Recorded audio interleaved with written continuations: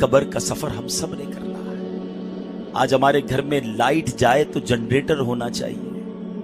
پنکھا چلنے کے لیے یو پی ایس ہونا چاہیے۔ گرمی میں بغیر لائٹ کے جس کو نیند نہ آتی ہو، نرم تکیا نہ ہو تو نیند نہ آتی ہو،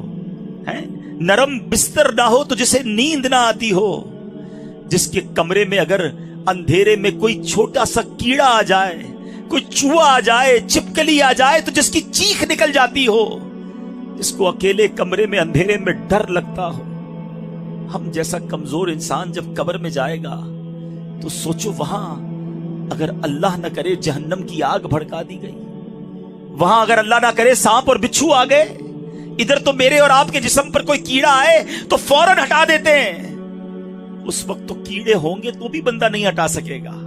وہ دیکھ رہا ہوگا کہ میرے جسم پر کیڑے رینگ رہے ہیں، مگر یہ طاقت نہیں ہوگی کہ اپنے آپ سے اسے دور کر سکے۔ اے میرے پیارے اسلامی بھائیوں اور مدنی چینل کے ناظرین، آپ کا کبھی نہ کبھی تو قبرستان جانے کا اتفاق ہوا ہوگا نا۔ یہ جو قبریں اوپر سے ساری ایک جیسی دکھائی دیتی ہیں، اندر سے ایک جیسی نہیں ہوتی ہیں۔ دنیا میں اگر آپ کسی ایک کالونی میں جائیں، غریبوں کی آبادی میں جائیں تو مکان دیکھ کر پتہ چل جاتا ہے غریب رہتے ہیں ادھر۔ امیر کے علاقے میں جائیں تو کوٹھیاں دیکھ کر سمجھ آ جاتا ہے کہ ان کوٹھیوں میں امیر اور سکون سے رہنے والے رہ رہے ہیں، مگر قبروں کو دیکھ کر پتہ نہیں چلتا۔ دکھتی ساری ایک جیسی ہیں، مگر ہر قبر کی داستان جدا ہے۔ کوئی تو قبر میں جنت کی نعمتیں لوٹ رہا ہے، کوئی تو قبر میں جلوائے مصطفیٰ میں گم ہے، کسی کی قبر میں تو جنت کی کھڑکی کھلی ہوئی ہے، کوئی تو اپنی قبر میں نم کا نومت العروس کے مزے لوٹ رہا ہے، کسی کو تو قبر ایسے دبا رہی ہے جیسے ماں گود میں اپنے بچے کو پیار سے دباتی ہے۔ مگر اسی قبرستان میں کوئی قبر ایسی بھی ہوتی ہے پیارے اسلامی بھائیوں، جس میں سانپ اور بچھو اس قبر والے کو عذاب دے رہے ہوتے ہیں۔ میرے آقا نے اس طرح انگلیاں کر کے بتایا، عذاب کی ایک صورت سرور کائنات علیہ الصلوۃ والسلام نے اس طرح کر کے بتائی کہ بے نمازی کو قبر ایسے دبائے گی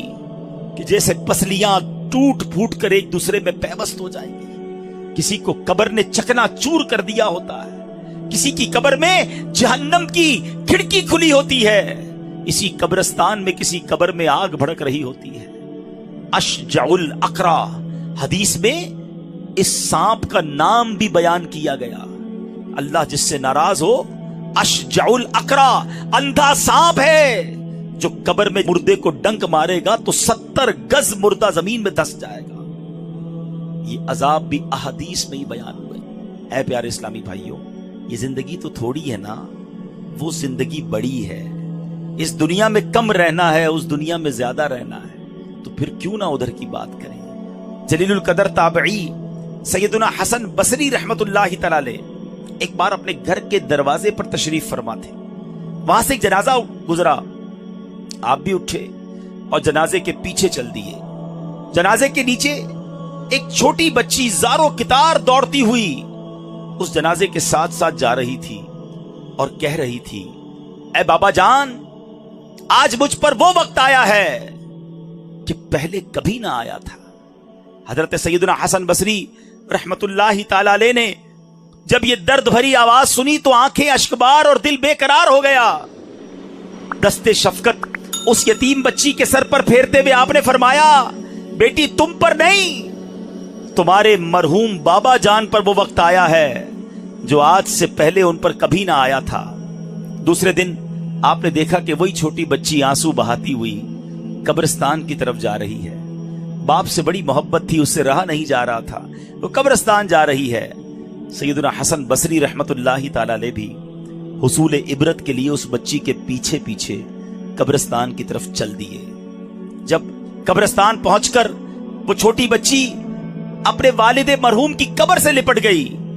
حضرت سیدنا حسن بصری جھاڑیوں کے پیچھے بیٹھ گئے، چھپ گئے کہ دیکھوں یہ بچی کیا کہتی ہے۔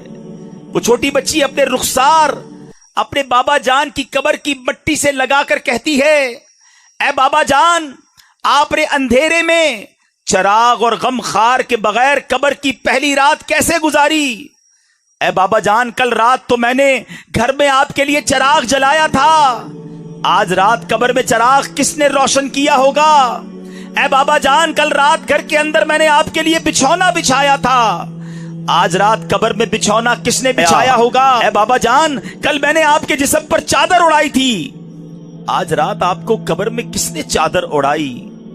اے بابا جان کل تو آپ کو جب بھوک لگی تھی تو میں نے آپ کو کھانا پیش کیا تھا، آج رات قبر میں جب آپ کو بھوک لگی تو کس نے کھانا دیا ہوگا؟ سیدنا حسن بصری غم کی ماری اور اس دکھیاری بچی کی یہ باتیں سن کر رو پڑے، قریب آئے اور کہا، بیٹی اس طرح نہیں بلکہ یوں کہو، اے بابا جان دفن کے وقت آپ کا چہرہ قبلہ رخ کیا گیا تھا، کیا اب بھی آپ کا چہرہ اس حالت پر ہے یا آپ کا چہرہ پھیر دیا گیا ہے؟ اے بابا جان آپ کو صاف ستھرا کفن پہنایا گیا تھا، اے عاشقان رسول ذرا اپنا سر جھکا کر آنکھیں بند کر کے اپنے بارے میں سوچو، جب ہم قبر میں جائیں گے تو ہمیں بھی ہمارے دوست قبر میں ایک چہرہ تو قبلہ رو کر دیں گے نا، کفن تو صاف ستھرا پہنائیں گے، مگر اس کے بعد کیا ہو سکتا ہے؟ سیدنا حسن بصری کہتے ہیں اپنے والد سے یہ پوچھو کہ بابا جان کل تو آپ کو صاف ستھرا کفن پہنا کر دفنایا گیا تھا، کیا اب بھی وہ صاف ستھرا ہے؟ اے بابا جان آپ کو قبر میں صحیح اور سالم بدن کے ساتھ رکھا گیا تھا، کیا اب بھی جسم سلامت ہے یا اسے کیڑوں نے کھا لیا ہے؟ اے بابا جان علماء فرماتے ہیں قبر کی پہلی رات بندے سے ایمان کے بارے میں سوال کیا جائے گا تو کوئی جواب دے گا، کوئی مایوس رہے گا، آپ نے اس سوال کا درست جواب دیا یا آپ ناکام رہے ہیں؟ اے بابا جان کل جب میں آپ کو پکارتی تھی تو آپ مجھے جواب دیتے تھے، آج میں کتنی بدنصیب ہوں کہ قبر کے سرانے کھڑی ہو کر پکار رہی ہوں مگر مجھے آپ کے جواب کی آواز سنائی نہیں دیتی۔ اے بابا جان آپ تو مجھ سے ایسے جدا ہوئے کہ قیامت تک دوبارہ نہیں مل سکتے، اے خدائے رحمان قیامت کے میدان میں مجھے اپنے بابا جان کی ملاقات سے محروم نہ کرنا۔ سیدنا حسن بصری رحمت اللہ تعالی کی یہ باتیں سن کر وہ بچی عرض گزار ہوئی، اے میرے سردار آپ کے نصیحت آموز کلمات نے مجھے خواب غفلت سے بیدار کر دیا ہے۔ اے پیارے اسلامی بھائیوں بظاہر تو یہ ایک واقعہ ہے مگر یہ میرے پیارے اسلامی بھائیوں سیدی اعلی حضرت امام اہل سنت قبر کی اسی رات کے بارے میں ہمیں سمجھا رہے ہیں، ارے یہ بھیڑیوں کا بن ہے، شام آ گئی سر پر، کہاں سویا ہے مسافر، ہائے کتنا لا ابالی ہے، اندھیرا گھر اکیلی جان، اندھیرا گھر اکیلی جان، دم گھٹتا دل اکتاتا، خدا کو یاد کر پیارے وہ ساتھ آنے والی، بے وفا دنیا پہ مت کر اعتبار، تو اچانک موت کا ہوگا شکار، موت آ کر ہی رہے گی یاد رکھ، جان جا کر ہی رہے گی یاد رکھ، گر جہاں میں 100 برس تو جی بھی لے، قبر میں تنہا قیامت تک رہے، جب فرشتہ موت کا چھا جائے گا پھر بچا تجھ کو نہ کوئی پائے گا، موت آئی پہلوان بھی چل دیے، کدھر گئے جن کے کرو فر تھے، کدھر گئے جن کے باڈی گارڈ تھے، کدھر گئے جن کے آگے پیچھے لوگ گھومتے تھے جو کہتے تھے مجھ سے آنکھیں نہ ملایا کرو، میرے سامنے کوئی کھڑا نہیں رہ سکتا، میں چوٹی کی طرح مسل دیتا ہوں، میرے سامنے اونچی آواز میں بات نہ کرنا تمہارا بیڑا غرق کر دوں گا، تم میرا کچھ نہیں بگاڑ سکتے، جن کے پیر زمین پہ نہیں رہتے تھے وہ آج کدھر گئے؟ موت آئی پہلوان بھی چل دیے، خوبصورت نوجوان بھی چل دیے، گپدیری قبر میں جب جائے گا بے عمل بے انتہا گھبرائے گا، کام مالو زر نہ کچھ آئے گا، غافل انسان یاد رکھ پچھتائے گا، جب تیرے ساتھی تجھے چھوڑ آئیں گے قبر میں کیڑے تجھے کھا جائیں گے، قبر میں تیرا کفن پھٹ جائے گا، یاد رکھ نازک بدن